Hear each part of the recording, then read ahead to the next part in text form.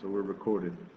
So we've done arithmetic sequences in series, we've done geometric sequences in series, and I hope that you're all kind of comfortable with those using the formulae and then deriving the sum formula. But there's this one last bit that we haven't looked at, and the first part of it is sigma notation. Now, what do we mean by sigma notation?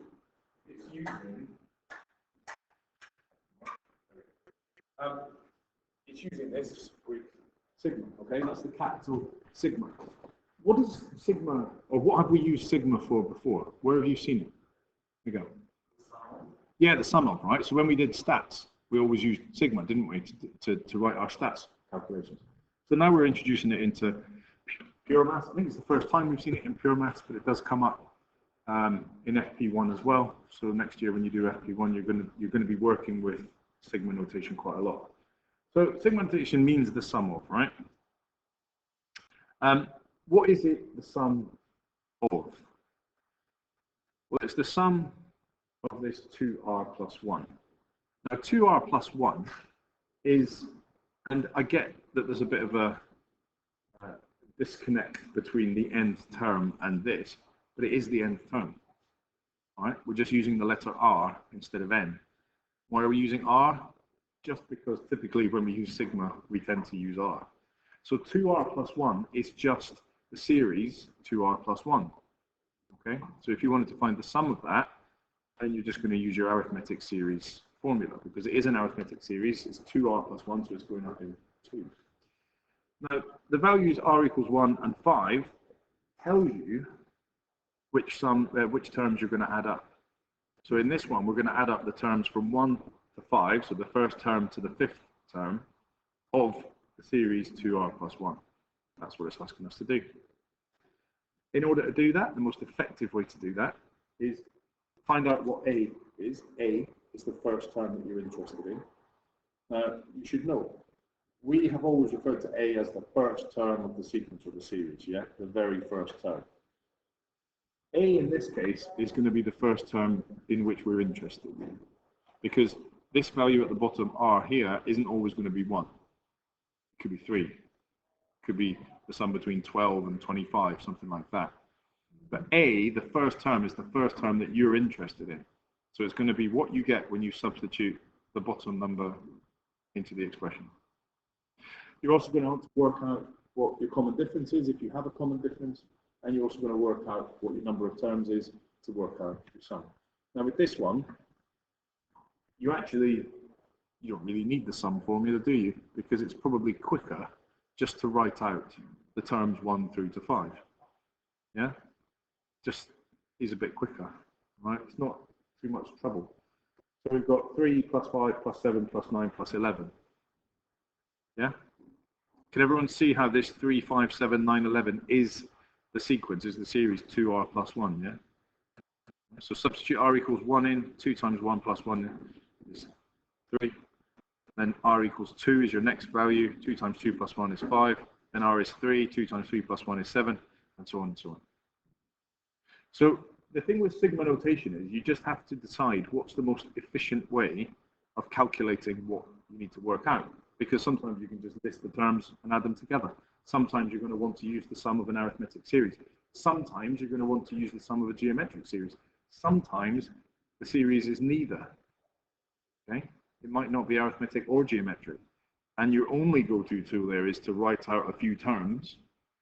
Either write out all the terms you're interested in, or write out a few terms and see what comes out of it. All right?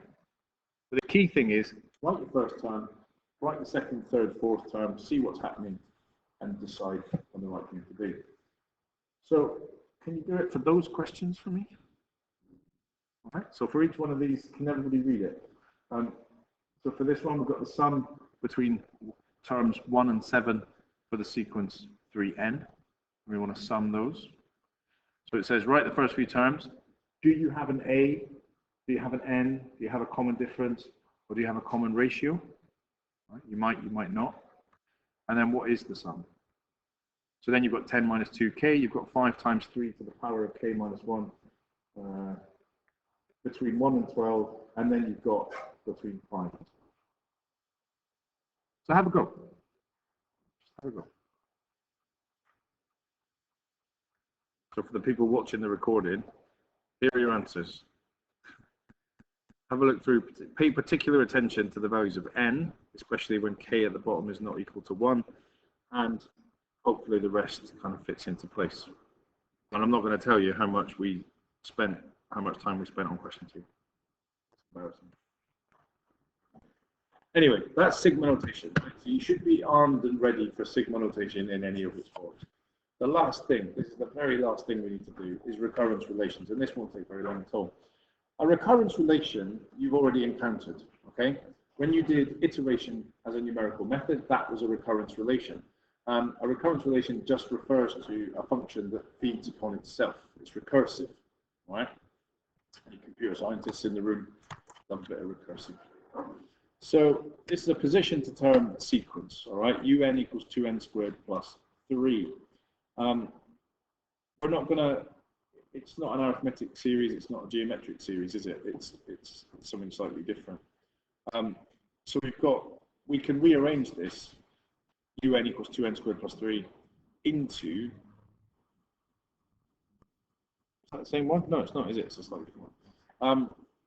But we've got un plus 1 equals 2un plus 4, and then we might be given a first term.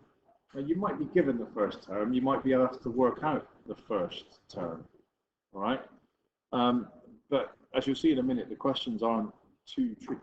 They mainly go around, write the first couple of terms, can you work out the sum, something like that, all right? It's a term-to-term rule, this recurrence relation. It tells you how to get the next term from the previous term, but that's all it does. That's all it does. But the questions are structured such that they won't cause you too many problems, I don't think. So here's an old exam question. You've got a sequence x1, x2, x3, and it's defined by this, x1 equals 1. And then, if you can't read it, you've got xn plus 1 equals xn squared minus k multiplied by xn, where n is greater than or equal to 1. So you can see how that works. Hopefully your iterative brains are kicking in a little bit there. It says find an expression for x2 in terms of k. Well, we're given x1. How do we find x2? We just substitute x1 in. All right, so x2 is just going to be 1 squared minus k times 1. So the second term is just 1 minus k, which is fine. Find an expression of x2 in terms of k for 1 mark. B, show that x3 is this. Well, how do you get x3? You substitute x2 into the recursive. So we'd have 1 minus k squared minus k multiplied by 1 minus k. Okay, so wherever we've got xn in our recurrence relation, we've got 1 minus k. So x3 then becomes 1 minus 2k plus k squared minus k plus k squared, which we can very quickly write as this because it's the same thing. 1 minus 3k plus k squared. Yeah? All right with that? A bit of algebra crunching, it's always a bit of fun. Given also that x3 equals 1, calculate the value of k. Well, that means that 1 equals 1 minus 3k plus k squared, which means that 0 is k squared minus 3k, 2k squared. I knew there was something missing there. I am solely putting this down to performing in front of a crowd. I've been locked in my house for, and I know you guys have too. Yeah. So 2k squared minus 3k. So 0 then is k 2k minus 3. So k is 0 or k is 3 over 2. And k is 3 over 2 because k equals 0 doesn't give you a sequence. It just gives you the same term. Right? So we're going to use k equals 3 over 2 as our answer. And then hence, I love this bit. I love this question so much. It says find the value of n is 1 to 100 of this series. Right? So how do you do that? We don't know anything except the first couple of terms, right? Well, we know the first term, and we can work out the rest of the terms. So what is the sequence? Well, it starts with a 1, and then the second term, remember, was 1 minus k. Yeah, that was x2. So what's 1 minus 3 over 2? It's minus a half. The third term, we were given that x3 equals 1. We can work out the fourth term, right? So the fourth term is going to be using this. So the third term was 1. 1 squared is 1. Minus k times 1. So the minus 3 over 2. So we're back to 1 minus 3 over 2, which is minus a half.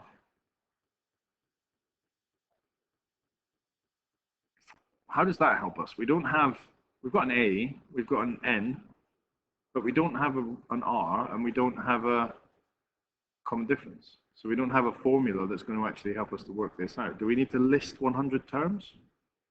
No. Why?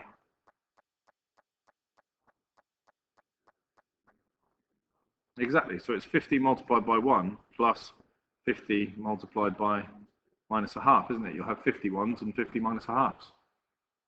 So what is 50 times 1 plus 50 times minus a half? It's 25. And that's what I mean about finding the sum of a series where you don't have a formula to sub it into. It'll generally take that shape. You'll be able to make some sort of conclusion, all right? Write out the first few terms, get a feel for what it does, and you'll be fine. And then the very last thing, we have sequences that are strictly increasing if they are strictly increasing, right? If every subsequent term is larger than the previous term. And then you've got sequences that are strictly decreasing if every subsequent term is less than the previous term. And then we have periodic sequences. And periodic sequences are like the one that we just looked at, that 1 minus a half, 1 minus a half. And those are sequences that kind of go in cycles. Okay, so the example that's at the bottom of the page here, 2, 3, 3, 0, 2, 3, 0, 2, 3, 0, 2, 3, 0, 2, 3, 0, 2. It's periodic, and we say that it has an order of 3. All right? And the reason it has an order of 3 is because you have 3 terms that keep repeating. Okay? So that's what it means. In the previous example, the 1 minus a half, 1 minus a half is periodic and has an order of 2. That's called its order, all right? All right?